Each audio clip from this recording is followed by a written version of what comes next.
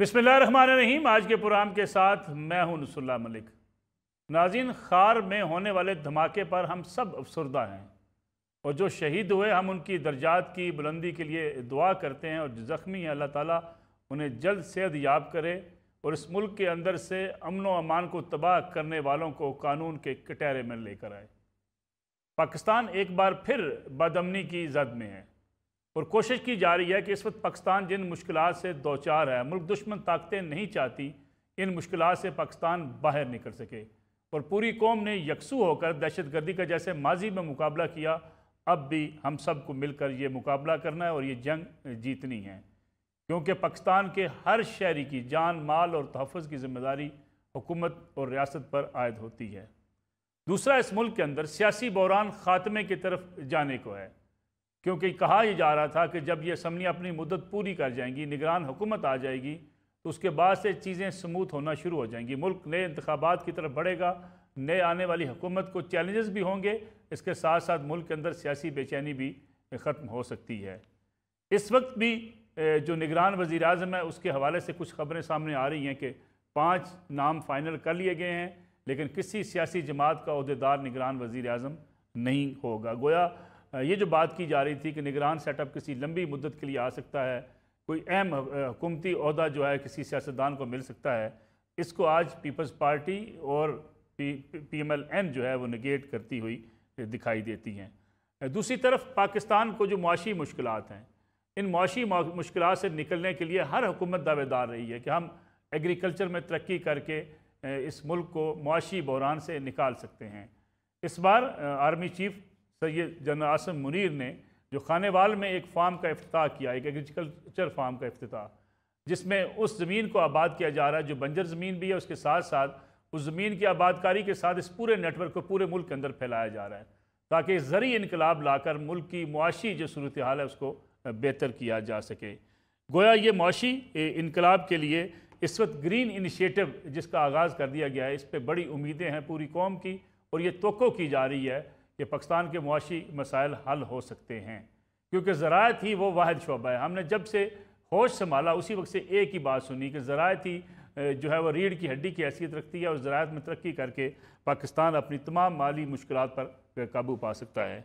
इसका भी जायज़ा लेंगे आज के इस प्रोग्राम के अंदर कि अफवाज पाकिस्तान जिस बात का ऐलान कर रही हैं, आर्मी चीफ जिस बात का ऐलान कर रहे हैं और खानेवाल में जिस तकरीब से खिताब करते हुए उन्होंने कहा कि अब IT सेक्टर के अंदर, मादनियात के अंदर और डिफेंस प्रोडक्शन के अंदर और एग्रीकल्चर के अंदर हम एक इनकलाब बर्पा करेंगे, जिसके नतीजे में पाकिस्तान की माशी मुश्किलात ख़त्म हो जाएंगी।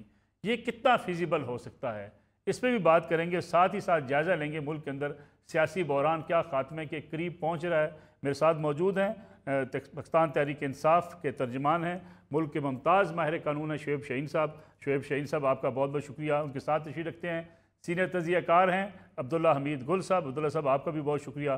खालिद खोखर साहब हमारे प्रोग्राम में आज शरीक गुफ्तगू हैं, जो चेयरमैन है किसान इत्तेहाद के, आवाज़ उठाते रहते हैं हमेशा किसानों के मसाइल के हवाले से और मुल्क में ज़रूरी तरक्की का अगर ख्वाब देखा जा सकता है तो वो किसान की तरक्की के साथ ही ये देखा जा सकेगा।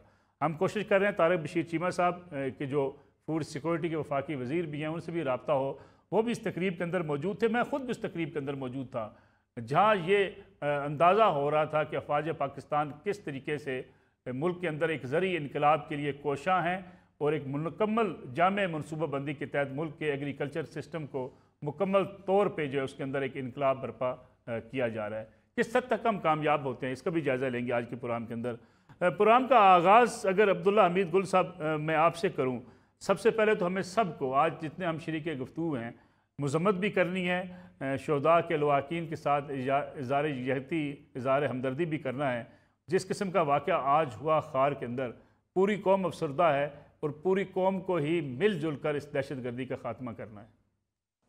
बिस्मिल्लाहिर्रहमानिर्रहीम। बहुत ही अफसोसनाक वाक़या, यकीनन बहुत कीमती जाने और बहुत सारे ज़ख्मी और बहुत ही एक ऐसे वक्त के ऊपर जब पाकिस्तान एक नई सिमत की तरफ जा रहा है और वो सिमत क्या है, वो तरक्की की सिमत है, वो एक स्टेबिलिटी की सिमत है, वो दहशतगर्दी की जंग के अंदर अपने फाइनल स्टेज के अंदर लड़े जाने वाली जंग के ऊपर है और साथ ही साथ ये है कि एक लुक ईस्ट पॉलिसी की तरफ जो है पाकिस्तान का रुख है।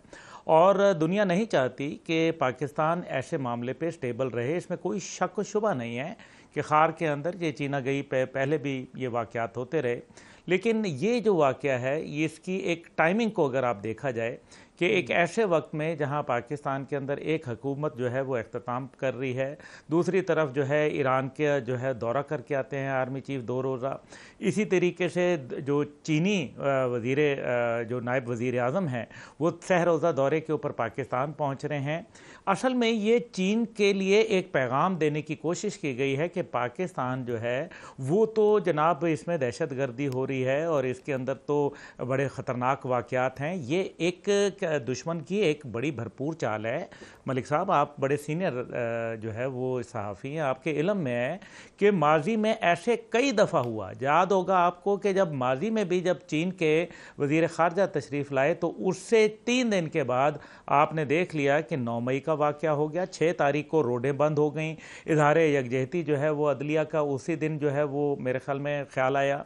लेकिन इससे पहले भी अगर हम चले जाएं कि जब पाकिस्तान के अंदर तरक्की का पहिया घूमता है या स्टेबिलिटी आती है या पॉलिटिकल या इकोनॉमिक स्टेबिलिटी आती है, आप देखें IMF वर्ल्ड बैंक की तरफ से जो है पाकिस्तान को कर्जा मिलना, फिर चाइना की तरफ से जो है वो मज़ीद इकोनॉमिक हमें रिलीफ मिलना, फिर इसी तरीके से सऊदी अरब के जो है वो पाकिस्तान का इंक्लिनेशन होना, ये तो तमाम बातें हैं जिसकी वजह से दुनिया बहुत परेशान हो गई है कि ये पाकिस्तान एक न्यूक्लियर रियासत भी है।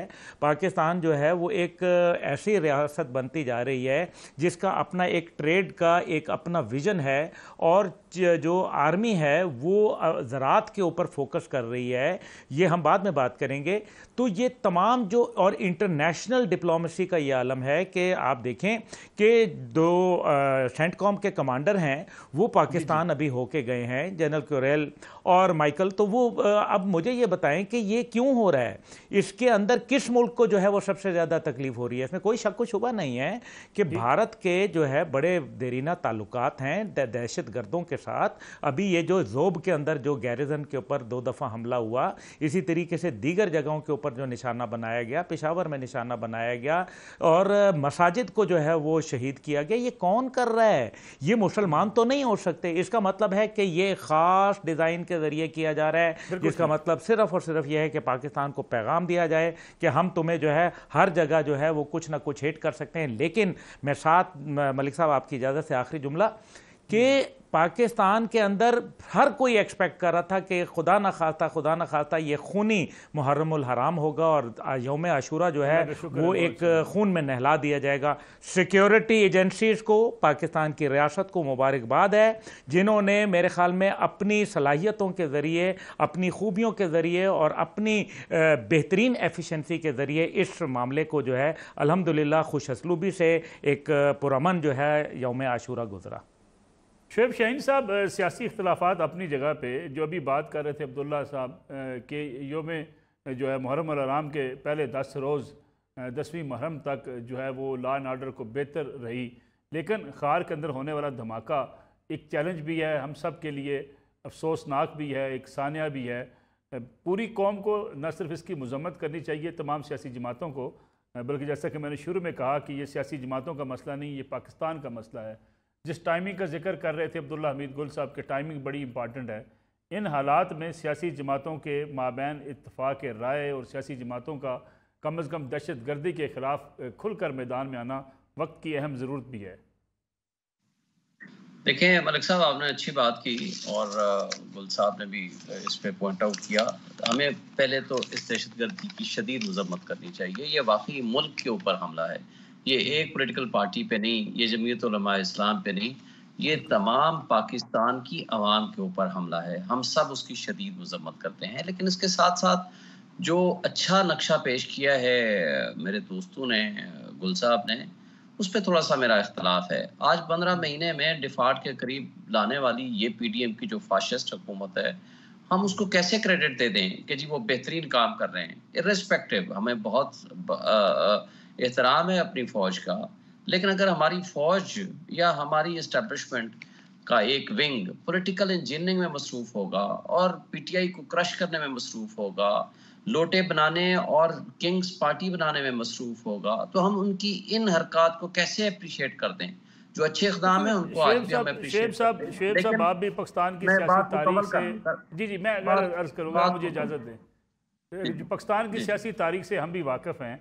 हर सियासी जमात ये इल्ज़ाम लगाती है।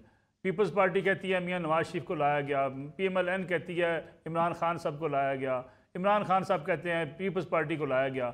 ये तो हमारे सियासी वतीरा रहा है। सियासतदानों ने अगर सबक सीखा होता तो शायद ये मौका ना होता कि कोई जमात ये गिला शिकवा करती कि फ़लाँ जमात को आगे किया गया, फ़लाँ को पीछे किया गया। इस हमाम के अंदर तो सारे मलिक साहब आपकी देखिए मलिक साहब, आपकी बात में बहुत हद तक वजन हो सकता है। मैं एक एज ए होल बात कर रहा हूँ। देखें, हमारी अवाम और फौज के दरमियान मोहब्बत तभी पैदा हो सकती है, और मोहब्बत ज़्यादा होनी चाहिए, नफ़रतें नहीं होनी चाहिए। वो तभी मुमकिन है कि जब हमारे मुल्क में उनकी जो ड्यूटी है अंडर दी कॉन्स्टिट्यूशन, और उनके अंदर जो उनका जो ओथ है उसको वो फॉलो करें।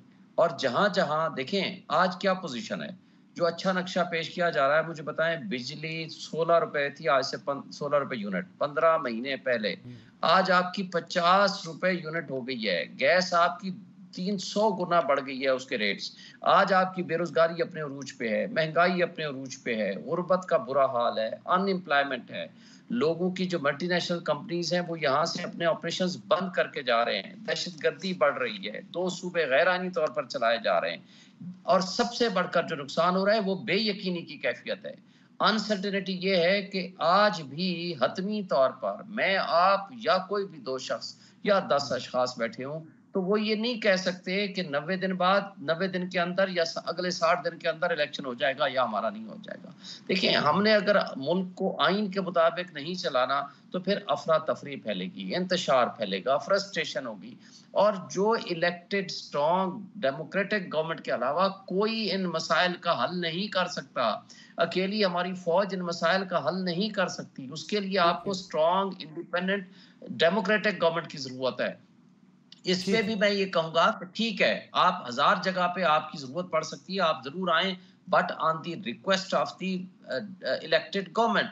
लेकिन देखिए ना, बात यह है कि अगर आपने ज़राअत का महकमा आपने चलाना है, कल महकमा पाशी में खराबी है वो आप चलाएंगे, बापडा में खराबियां हैं वो आप चलाएंगे, तो बॉर्डर्स पे हमारे कौन संभालेगा? बॉर्डर्स पे कौन रखवाली करेगा? यहाँ भी मैं आपसे अर्ज करूँ, मैं खुद आपके, हम जर्नलिस्ट हों, हम वकला हों, हम जमहूरियत के कायल होते हैं हमेशा से, लेकिन आप देखें कि इमरान खान साहब की हुकूमत हो, शहबाज शरीफ साहब की हुकूमत हो, नवाज शरीफ साहब की हुकूमत हो, आसफ अली जरदारी साहब की हुकूमत हो, ये सारे मामलात फ़ौज को, सैलाब आ जाए हम फ़ौज को बुला लेते हैं, अगर हमने नहरों की भल सफाई करनी हम फ़ौज को बुलाते हैं, किसी भी चीज़ की इम्प्लीमेंटेशन का मामला, पोलियो के कतरे पिलाने हम फ़ौज को बुलाते हैं, अगर हमने मादनियात जाके निकालनी है वहाँ पर हम फ़ौज को बुलाते हैं, अगर आपने पुल और सड़कें बनानी है फ़ौज को बुलाते हैं।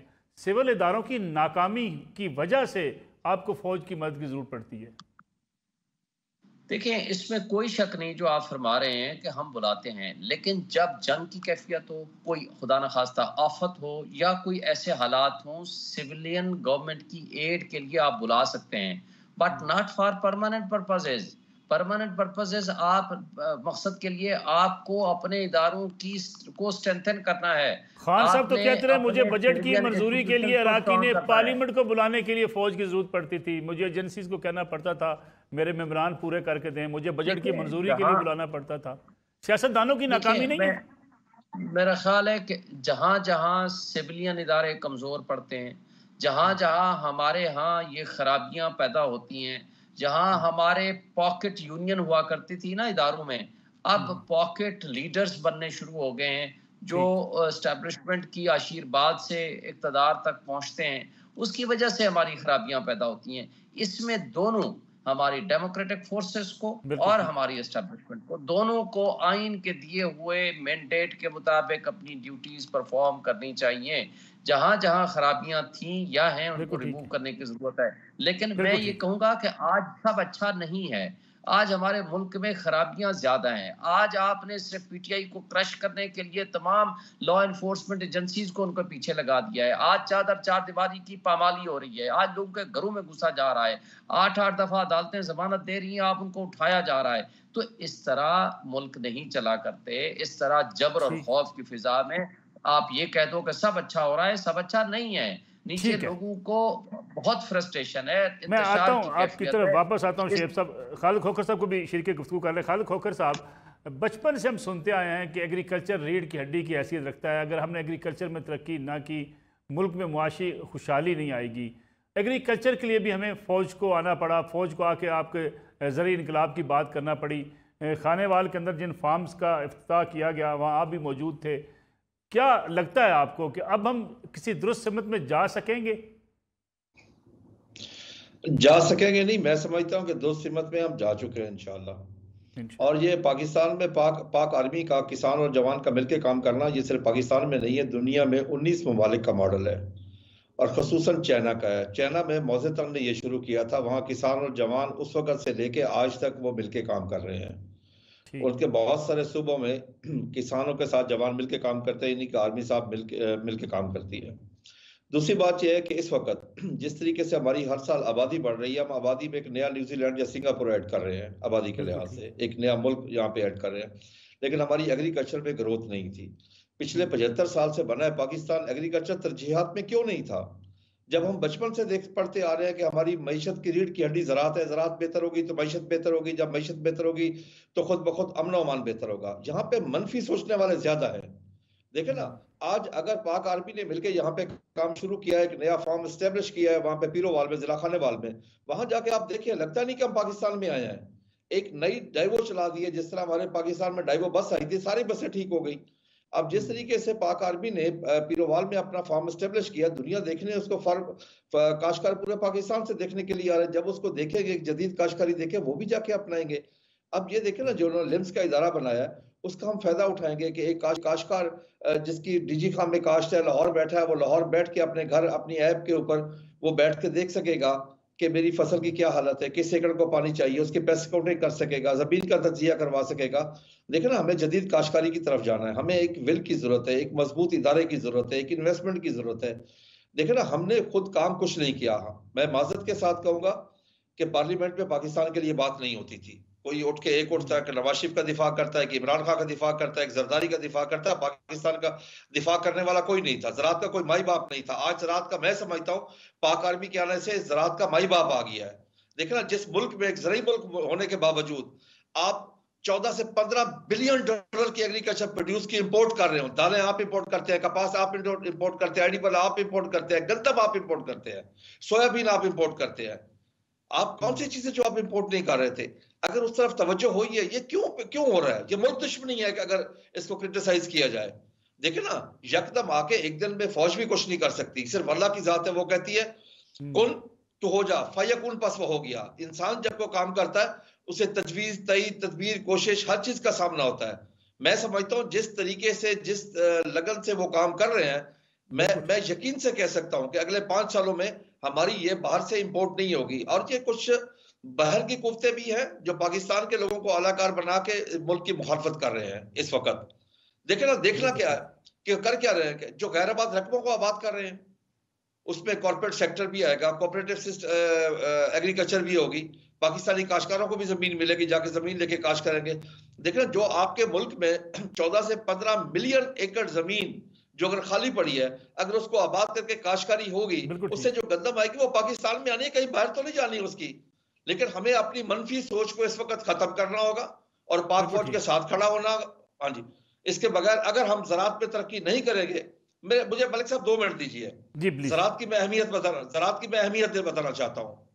9/11 हुआ, पाबंदियां लगी, इस ज़राअत ने इस मुल्क को चलाया। आपने एटमी धमाका किया, पाबंदियां लगी, ज़राअत की वजह से मुल्क चलता रहा। 17 साल हमारे अस्करी इदारों ने दहशतगर्दी के खिलाफ जंग लड़ी, ज़राअत की वजह से मुल्क चलता रहा। कोविड-19 में अगर लॉकडाउन हुआ 6 महीने के लिए, ज़राअत की वजह से कोई भूखा नहीं सोया। जब भी हम पर मुश्किल आती है, सैलाब आता है, जलजला आता है और टिड्डी दल आता है, कुछ भी होता है, उस वक्त किसको हम, कोई भी इमरजेंसी हम किसको बुलाते हैं? आर्मी को बुलाते हैं उस वक्त। आज फूड सिक्योरिटी पे सबसे बड़ी इमरजेंसी है इस वक्त। इस वक्त मैं ये समझता हूं कि आपके लिए बॉर्डर सिक्योरिटी से ज्यादा इंपॉर्टेंट होगी है फूड सिक्योरिटी।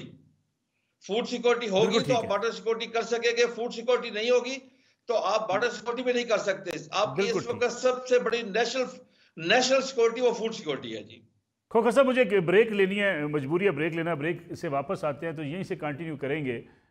बड़ी अहम बात आपने की कि बॉर्डर से ज़्यादा सिक्योरिटी फूड सिक्योरिटी है। लोगों को अगर रोज़गार ना मिले, खाने को कुछ ना मिले तो शायद फिर दिफा भी नहीं हो पाता। इस पर बात करेंगे एक ब्रेक के बाद।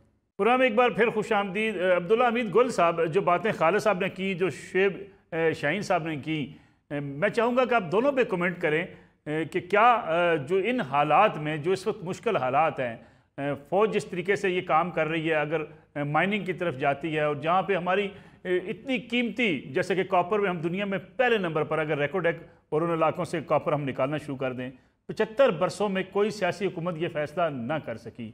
अगर हम निकालने जा रहे हैं जिसको मुल्क को फ़ायदा होगा, हमें हर्ज क्या है इस पर। दूसरी बात, जो शुएब साहब कहते हैं कि फ़ौज को अपना काम करना चाहिए, पार्लियामेंट को अपना काम करना चाहिए, यकीनी बात है आइन के तहत सबको अपना काम करना चाहिए, लेकिन कुछ ऐसे हालात बन जाते हैं जहाँ इदारे जब अपना काम छोड़ दें तो फिर कुछ ऐसे इकदाम उठाए जाते हैं जो शायद हमें उस पर गिला भी होता है, शिकवा भी होता है। देखें, बात यह है कि बिल्कुल एतराज़ात तो अपनी जगह, लेकिन मेरे ख्याल में फ़ौज का जो पॉलिटिकल रोल है वो तो भुट्टो साहब के दौर में शुरू हुआ था, एक सदारती हुक्मनामे के ज़रिए। उसको ख़त्म क्यों नहीं किया गया और फिर पिछली हुकूमत ने उसको ख़त्म क्यों नहीं कर दिया? तो ये भी एक मेरे ख्याल में शुएब साहब से ज़रूर सवाल पूछना चाहिए, क्योंकि आपने अभी ख़ुद बताया कि 29 बिल पेश करने के लिए और उनको मंजूर कराने के लिए वो तो साबिक़ वज़ीर आज़म जो है ऑन रिकॉर्ड कह चुके हैं कि हमने किसका सहारा लिया। दूसरी बात यह है कि आपकी जो मईशत थी वो तो उसी दिन आपने उसका इन्ना लिल्ला पढ़ लिया था जिस दिन आपने IMF और वर्ल्ड बैंक के कहने पे स्टेट बैंक का गवर्नर और कवानीन के अंदर तब्दीली की थी, तो उसका नतीजा तो यही निकलना था। गैस की प्राइसेस पे मुझे याद आया कि 300%, 350% गैस प्राइसेस उस वक्त के हिसाब से जो है माजी की हुकूमत के अंदर बढ़ गई थी। इसका हरगिज़ मतलब ये नहीं है कि अब जो बिजली की प्राइसेस बढ़ रही हैं या गैस की प्राइसेस बढ़ रही हैं ये दुरुस्त इकदाम है। मैं बिल्कुल इस ना हुकूमत का नुमाइंदा हूँ और ना मैं इसके हवाले से बात करना चाहता हूँ। देखिए, फिर बात ये आती है सिक्योरिटी के कंसर्न की। आपने इदारों को क्यों नहीं डेवलप किया? सिक्योरिटी जो इदारे थे, CTD का पेशावर, जो वहाँ हमला हुआ पेशावर के अंदर और 100 से ज़्यादा जो है वो शहादतें हो गई पुलिस के अंदर, तो आप मुझे बताएं कि CTD का इदारा जो था उसकी कारकर्दगी जो थी वो तो मेरे ख्याल में एक खुली किताब थी। जो CTD का बन्नू के ऊपर जो हमला हुआ उसमें तमाम जो पूरी सूबे की CTD और पुलिस मिलकर वो थाना नहीं छुड़ा सकी, जो आर्मी के एक कप्तान और उसके चंद जवानों ने जो है चंद घंटों में छुड़ा लिया। तो ये तो आपने इदारों के हाल किया था। फिर जो दुरानी साहब थे, IG दुरानी साहब, जिनको पुलिस इस्लाहात के लिए लाए थे, वो क्यों छोड़ के चले गए? अब तो वो दुनिया में नहीं रहे, अल्लाह बख्शे, बड़े नामवर आदमी थे। तो ये भी वो चंद चीज़ें हैं जिनका हमें मेरे ख्याल में अहाता करना पड़ेगा। और हमें ये भी देखना पड़ेगा कि जब आप मौजूद होते हैं हुकूमत में तो आप और इदारे जो होते हैं वो एक पेज पे होते हैं, लेकिन जब इदारे जो है आपको अगर नेशनल सिक्योरिटी के मामलात पे एक हद से आगे बढ़ता हुआ देखें और उसके ऊपर आपसे वो सवाल पूछ लें तो वो गुनाहगार ठहरते हैं, फिर उनके ऊपर आप उनकी ट्रोलिंग शुरू कर दें। ये ऐसा नहीं हुआ। ये एक जो देखें, ये जो हमला था ना, ये जो साजिश थी, ये जो साइफर था, ये सारा ये साजिश थी, लेकिन पाकिस्तान फौज के खिलाफ साजिश थी, पाकिस्तान की रियासत के खिलाफ साजिश थी और आज भी जारी है। मैं आपको बताता हूं कैसे। अब आप ये देखें, SIFC जो है, जो स्पेशल इन्वेस्टमेंट फैसिलिटेशन काउंसिल है, इसका मकसद क्या है? इसका मकसद यह है कि आप जो है वो तकरीबन 3 साल के अंदर 100 बिलियन की आप सरमायाकारी लाना चाहते हैं। $100 बिलियन की बात हो रही है और 2035 तक जो है आपका विजन यह है कि आप $1 ट्रिलियन जो है वो आप समझते हैं कि वो GDP का हिस्सा बन जाएगा, जो कि मेरे ख्याल में एक अच्छा विजन है। अब इसके ऊपर देखते हैं कि मसाइल क्या हैं। मसाइल यह हैं कि पाकिस्तान की सिक्योरिटी को इतना कमज़ोर किया जाए, अवाम में इतनी नफ़रतें और नेगेटिविटी भर दी जाए। आजकल के जो नाम नहाद जो दानिश्वर बैठे हुए हैं, जो आए दिन कभी किसी थिंक टैंक के अंदर ऑल फॉल बातें करते हैं और वो कहते हैं there is no next for Pakistan. How dare they call there is no next for Pakistan. वो कब से जो है वो उनको मालूम हो गया कि अल्लाह के फैसले क्या हैं। ये अल्लाह के नाम पे, रियासत मदीना के नाम पे बनने वाला मुल्क है, आपने ऐसे समझ लिया। अब इसके ऊपर जरा गौर कर लें। मैं मलिक साहब एक फिगर आपको पेश करना चाहता हूं। दुनिया के 20 जो मकरूज तरीन मुल्क है। जी सर मैं एक आखिरी 20 दुनिया के जो ममालिक, जो मकरूज तरीन ममालिक हैं, उसमें पाकिस्तान का नाम नहीं है। उसमें अमेरिका का नाम है, उसमें जापान का नाम है, उसके अंदर जो है स्पेन का नाम है, उसके अंदर जो है यूरोप के ममालिक के नाम है, पुर्तगाल का नाम है, पाकिस्तान का नाम नहीं है। आप 31.4 ट्रिलियन डॉलर का मकरूज तरीन मुल्क है अमेरिका, आप जो है वो पाकिस्तान की बात कर रहे हैं। पाकिस्तान के अंदर अगर इतनी मायूसी थी तो चीन क्यों इन्वेस्ट कर रहा है? क्या वजह है कि सऊदी अरब इन्वेस्ट करना चाहता है? क्या वजह है कि तुर्किया इसके अंदर इन्वेस्ट करना चाहता है? यूएई आना चाहता है। ये जो अभी पोर्ट की बात हो रही है, तो यूएई क्यों आना चाहता है? इसका मतलब है पाकिस्तान ऐसा नहीं है जिस तरह से पोर्ट्रे किया जा रहा है, जानबूझ के बाहर बैठ के, मगरिब के अंदर बैठ के, जो यहां पहले सहाफी थे और वो उठ के जाके पाकिस्तान के खिलाफ बाकायदा एक केस बना रहे हैं। Shame on them. ठीक है शोएब शाहीन साहब, जैसे कि अभी खालिद साहब भी बात कर रहे थे कि कुछ जो आर्मी जो farm house, model farm houses बना रही है एग्रीकल्चर के हवाले से, जब ये सवाल भी पूछा गया तो उन्होंने कहा, तारिक बशीर चीमा भी वहाँ पे मौजूद थे इस तकरीब के अंदर, तो आर्मी चीफ ने ये बताया कि जो फार्म हाउसेस बनेंगे इससे सारे किसानों को फ़ायदा होगा। कोई भी किसान जो है निचले जो इलाकों में छोटे किसान होंगे, अगर वो रहनुमाई लेना चाहेंगे तो इन फार्म हाउसेस से उन्हें रहनुमाई भी मिलेगी, उन्हें मुकम्मल रिसर्च भी मिलेगी, उन्हें बीज की रिसर्च मिलेगी, उन्हें सारी सपोर्ट हासिल होगी। यानी अपनी ज़मीन पे वो काश्तकारी करेंगे लेकिन उन्हें सपोर्ट मिलेगी। इसी तरीके से अभी जो बात की खालिद साहब ने कि जवान और किसान चीन का एक मॉडल था, हमें हर्ज क्या है? हम रुकावटें डालने की बजाय अगर हम समझते हैं, और ये सियासी हुकूमतें पहले करती रही हैं, आज क्यों एतराज़ है? देखें, हमको रुकावटें डालने वालों में शामिल नहीं है, ये एक बात आपको जहन में रखें। और दूसरा जरा खालिद साहब को भी कहें कि जो आइन और कानून की बात करे, जो सिविलियन सुप्रीमेसी की बात करें, उनको मुल्क दुश्मन ना कहें। हम ये नहीं कहते, हम ये कहते हैं कि जहाँ जहाँ इनकी ज़रूरत है ज़रूर इनकी सर्विसेज लें। खुदा न खास्ता आफत आ गई, खुदा न खास्ता आपके मुल्क में कोई ऐसी सिविलियन इंस्टीट्यूशन है जहाँ आप नहीं चला सकते, वहाँ उनको बुलाएं, उनकी हेल्प लें। वहाँ अगर उनके ट्रेन लोग मौजूद हैं, उनसे आप ट्रेनिंग कराएं। मॉडल फार्म हाउसेस बना के आप अपने लोकल जिम्मेदारों को, लैंडलॉर्ड्स को, आप उनको फैसिलिटेट करें। और ये सिविलियंस का काम है, ये फौज का काम नहीं है। फौज की अगर आपने हेल्प लेनी है ज़रूर लें। अगर आपने कोई एक जगह बनानी है, 2 जगह बनानी है, 10 जगह बनानी है, आप उनकी हेल्प लेके मॉडल फॉर्म्स बना के और उस तर्ज पे बाकी फॉर्म्स लैंडलॉर्ड्स को ट्रेन करके उनको फैसिलिटेट करें। जिनका जो काम है उनको वो करने दें। जिनका काम ये नहीं है कि आप आ करके आपने जो पाकिस्तान पूरे में जहां जहां जमीनें पड़ी हुई हैं कि वो आपने आकर के उनको आबादकारी करनी है, तो फिर बाकी महकमा आबपाशी, महकमा ज़राअत, महकमा इनहार और इन लोगों का फिर काम खत्म हो जाएगा। फिर बॉर्डर पे जो थोड़ा सा ये कंफ्यूजन ये मौजूद है कि वो जमीनें फौज पहले आबाद कर रही है जो फौज के पास ऑलरेडी है, फिर ये मॉडल फार्म हाउसेज हैं, इससे जो बाकी किसान होंगे वो मुस्तफीद होंगे, उन्हें सपोर्ट मिलेगी। यानी ये ऐसा नहीं है कि किसानों की जमीन उनसे ले ली जाएगी। ऐसा नहीं है। जो उनके पास ऑलरेडी है उसके लिए तो फिर आपको इसके लिए जरूरत ही नहीं है ना, वो तो वैसे ही कर रहे हैं। वो पहले ही उनके अपने मॉडल फॉर्म्स है या वो अपना काम कर रहे हैं। ये जो नई जमीन दी गई है ये उनकी बात हो रही है। और दूसरी बात यह है कि जो ऑलरेडी उनके पास है उसका तो किसने नहीं पूछा इनसे, और ना कोई कह सकता है, ना उसके लिए इफ्तिताह जो बंजर जमीन देगी, ये इसका अदालत में केस भी है, ये तो अदालत में केस भी है। जी अदालत में भी ये केस चल रहा है। लेकिन वो जो नई वाली जमीन की बात है उसकी बात हो रही है। लेकिन शेख साहब लेकिन मैं साथ एक जुमला अगर मुझे एक और पे आप कमेंट कर दें, जिसकी बात अभी बात की थी अब्दुल्ला साहब ने भी, मुझे भी याद है पीटीआई की हुकूमत थी, केपीके के अंदर हमें ब्रीफिंग दी गई, फिर ये बताया गया कि हम पुलिस को मुकम्मल रिफॉर्म्स करेंगे।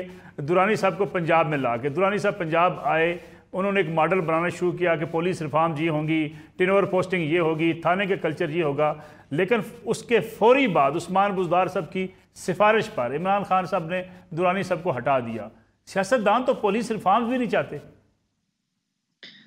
देखें, अगर पुलिस रिफॉर्म्स हुई है केपीके में, जिसको लोग अप्रिशिएट करते हैं, तो वो बहरहाल इमरान खान साहब की ही दौर में हुई है। और फर्दर अगर कोई कोशिश हुई और वो नाकाम हो गई बिकॉज ऑफ मैनी रीजंस, तो मैं समझता हूं कि आज भी वक्त है उसमें होनी चाहिए। इदारों को पाक साफ होना चाहिए, इदारों को डीपोलिटिसाइज करना चाहिए, उनको इंडिपेंडेंट इंस्टीट्यूशनलाइज करना चाहिए।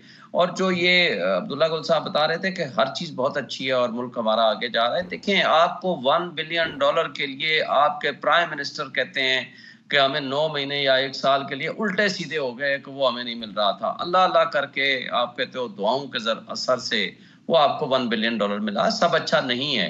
आज आप पब्लिक में जाकर देखें, आज आम आदमी के पास जाकर देखें, आप अशराफिया की बात ना करें। जो आम 25-30 हजार 25 हजार का दिहाड़ीदार मजदूर है, उसके हालात बहुत खराब हैं। जो मिडिल क्लास है उसके हालात बहुत खराब हैं। जो लोअर मिडिल क्लास है वो गुर्बत की लकीर के नीचे चला गया है। आपके कैपिटल फ्लाइट हो चुकी है। आपके लोग यूथ जो है वो मुल्क छोड़ के भाग रहे हैं। जो हालात हैं वो उसको आपको फेस करना है, सामना करना है, उसको इम्प्रूव करना है। और उसके लिए ये सब अच्छा का जब लफ्ज कहेंगे तो वो ठीक हम कैसे करेंगे? उनको अपनी गलतियों को नहीं तस्लीम करेंगे तो उसको इम्प्रूव कैसे करेंगे? और उसको इम्प्रूवमेंट का तकाजा जो है वो ये नहीं है वो उसका कि हम सिर्फ आर्मी के को अच्छा करते हैं, आर्मी के जरिए काम करा दे तो सब अच्छा हो जाएगा। ऐसा नहीं है। आपको अपनी आर्मी, हमारी स्ट्रांग आर्मी है, उसको मजबूत करने की जरूरत है। लेकिन जहां उनका काम है वो उनसे लें। और आज की जो पोजीशन है, आपकी जो सूरत हाल दहशतगर्दी की केपीके में है, जो बलूचिस्तान में है, वो बदतरीन है। आपको वहां ज्यादा जरूरत है। हाँ, सिविलियन इदारों को स्ट्रांग करने की जरूरत है, वहां खराबियों को दूर करने की जरूरत है। हाँ, वो कोई भी पॉलिटिकल पार्टी हो, जहां जहां सिविलियन इंस्टीट्यूशन में खराबियां हैं, हम उनको जब तक दूर नहीं करेंगे हमारा मुल्क तरक्की नहीं कर सकता। और मुल्क में तरक्की तभी होती है जब हर शख्स अपनी अपनी जो ड्यूटी है, अपने अपने इदारे जो है अपने अपने दायरा में रहकर काम करते हैं, तभी तरक्की मुमकिन है। पुराम, यहाँ एक ब्रेक के वक्त हुआ है, वापस आते हैं इस ब्रेक के बाद। पुराम, एक बार फिर खुश आमदीद। खालिद खोखर साहब, थोड़ा सा मैं ये भी आपसे जानना चाहूँगा मैं कि ये जो फार्म हाउसेज हैं जिसकी हम बात कर रहे हैं, अगर ये सब्ज़ इनकलाब आता है, इससे आम किसान मुस्तफ़ीद होगा, कितना मुस्तफ़ीद होगा? और क्या हम एग्रीकल्चर और डेयरी फार्मिंग के अंदर, जिसका हम बार बार जिक्र कर रहे हैं, एक्सपोर्ट की पोजीशन में आ सकते हैं? स्वीडन छोटा सा मुल्क है, वहाँ से हम सारी चीज़ दुनिया इंपोर्ट करती है। डेनमार्क छोटा सा मुल्क है, वहाँ की चीज़ और बटर इस्तेमाल किया जाता है। पाकिस्तान के पास तो मिल्क प्रोडक्ट्स इतनी हैं लेकिन हम इंपोर्ट करते हैं। सबसे पहले तो मैं ये गलतफहमी दूर करना चाहता हूँ कि आर्मी कोई जमीन ले रही है।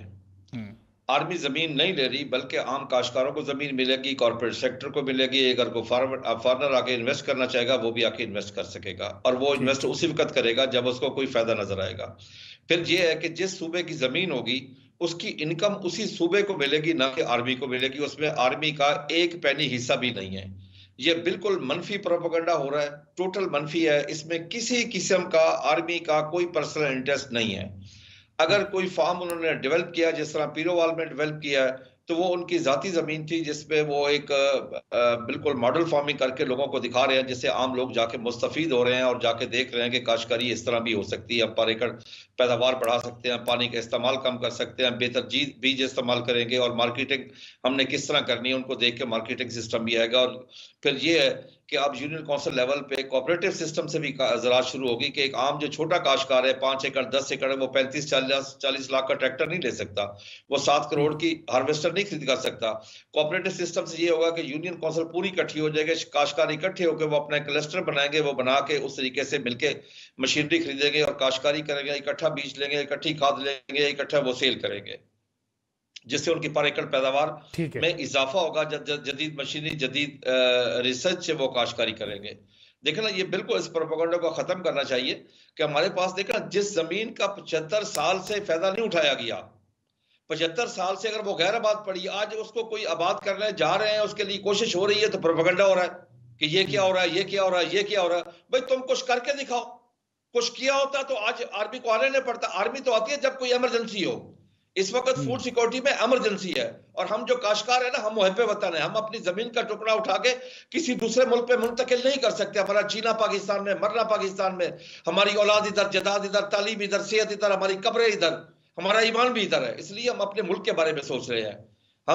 मैं ओपनली कहता हूं कि पाकिस्तान में फूड सिक्योरिटी किसान बॉर्डर सिक्योरिटी जवान इक्वल टू खुशहाल मजबूत पाकिस्तान। अगर पाकिस्तान को हमने खुशहाल करना है और मजबूत करना है तो फिर किसान और जवान को मिलकर काम करना होगा। ये सिर्फ पाकिस्तान का मॉडल नहीं है। पाकिस्तान में इतराज क्यों हो रहा है? ये दुनिया का मॉडल है, तरक्की याफ्ता तरीन मुल्क का मॉडल है, यानी कि चाइना इस पे काम कर रहा है। फिर असल में को बाहर की कुत्ते मिलके उनके साथ पाकिस्तान में जो लोग आलाकार होते हैं उससे मिलके वो ये प्रोपेगेंडा कर रहे हैं। वो पाकिस्तान की तरक्की नहीं देख सकते। इस वक्त ये देखे ना कि जिस तरीके से खानेवाल में आर्मी चीफ साहब ने ये कहा कि हमारे पास जो जखायर मौजूद है वो $6 ट्रिलियन के हैं। बिल्कुल ठीक। और हमने कर्जा कितना देना? $128 बिलियन का, ठीक है ना।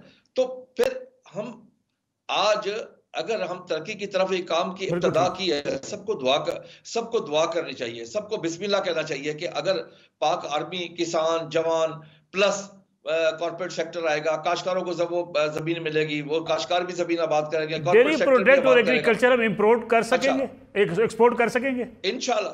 देखिए जी, सबसे पहली बात तो यह है कि इस वक्त डेयरी में हम खुश्क दूध और व्हे पाउडर ज्यादा बाहर से इंपोर्ट करते हैं। हम एग्रीकल्चर में हर चीज बाहर से इंपोर्ट कर रहे हैं। अगर हम पहले 5-7 सालों में अगर वो इंपोर्ट खत्म कर दे, सेल्फ सफिशिएंट हो जाए, $15 बिलियन की हमारी इंपोर्ट खत्म हो जाए, तो ये क्या हमारी कामयाबी होगी? ये सबसे बड़ी कामयाबी होगी। ठीक है हर सब, मुझे प्रोग्राम चुके बिल्कुल वक्त खत्म हो गया है। शोएब शाहीन साहब, फाइनल कमेंट में आपसे चाहूंगा मैं, निगरान हुकूमत आकर आपको वक्त पर इंतखाबात दिखाई देते हैं, 30 सेकंड में अगर कमेंट कर दें तो हम प्रोग्राम अपना वाइंड अप कर लें। देखें, वजाहत तो मुझे नहीं लगते जिस तरह की कैफियत आज जो देखें MQM और बाप पार्टी ने कह दिया है जी नई सेंसस के ऊपर इलेक्शन कराए जाएं। अप्रैल में ये नया सेंसस हो गया था, तो क्यों नहीं वो सेंसस का रिजल्ट नोटिफाई किया गया? और आज अगर आप जिस तरह अमेंडमेंट कर रहे हैं, जिस तरह एम्पावर कर रहे हैं इंटरम सेटअप को, मेरा ख्याल है इनकी नीयत नहीं है इलेक्शन कराने की। पहले ही गैर जमहूरी ताकतें और गैर आईनी 2 सूबों में बैठी हुई हैं, पंजाब और KP में, और अगर यहाँ भी ये हालात रहे तो मेरा ख्याल है कि हमारा मुल्क में अब्दुल्ला साहब, ठीक है अब्दुल्ला साहब, आपको लगता है निगरान हुकूमत के बाद बर वक्त इंतखाबात? जी देखें, ये तो अभी मुल्क के हालात के ऊपर डिपेंड करता है, मुल्क की सिक्योरिटी एनवायरनमेंट और इस टाइम पे जो पॉलिटिकल एनवायरनमेंट है, जो हीट पैदा कर दी गई, जो नफरतों के बीज बो दिए गए, मैं तो समझता हूँ कि ये सिस्टम का फेलियर बड़ा एविडेंट है। लेकिन एक बात जो मैं ज़रूर बताना चाहूँगा वो ये है कि आज आपके मुतल्लिक बातें की जा रही हैं कि जी पाकिस्तान को डीन्यूक्लियराइजेशन की बात हो रही है, और कुछ नहीं होना, पाकिस्तान कभी नहीं होगा। ये जो पाकिस्तान आर्मी काम कर रही है एग्रीकल्चर पे, उसकी वजह यह है कि फूड सिक्योरिटी बड़ी इंपॉर्टेंट है।